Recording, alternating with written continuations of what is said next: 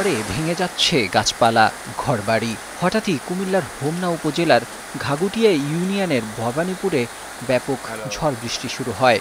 এ সময় মর্মান্তিক এক ঘটনা ঘটে। বজ্রপাতে 2 নারীসহ একজন অজ্ঞাত পুরুষের মৃত্যু হয়।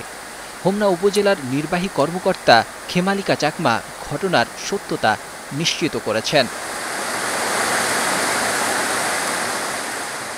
স্থানীয় সূত্রে জানা যায়, বিকেলে ভবানীপুর ঘাটে খেয়া পারাপারের অপেক্ষায় ছিলেন কয়েকজন নারী ও পুরুষ। হঠাৎ আকাশে মেঘ জমে প্রবল বৃষ্টির সঙ্গে বজ্রপাত শুরু হয়। এ সময় বজ্রপাতে ঘটনাস্থলেই 2 নারী ও 1 পুরুষ মৃত্যুবরণ করে।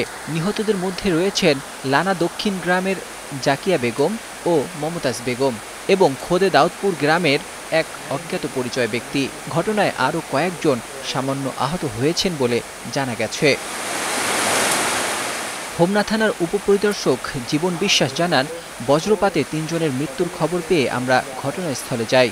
মরদেহ উদ্ধার করে পরিবারের কাছে হস্তান্তরের প্রক্রিয়া চলছে। প্রতি বছরই বর্ষা মৌসুমে হোমনাসহ কুমিল্লার বিভিন্ন এলাকায় বজ্রপাতজনিত ঘটনা বাড়ছে বলে জানিয়েছেন এলাকাবাসী। তারা সতর্কতা ও সচেতনতা বাড়াতে প্রশাসনের উদ্যোগ কামনা করছে। Desk report, 21 television.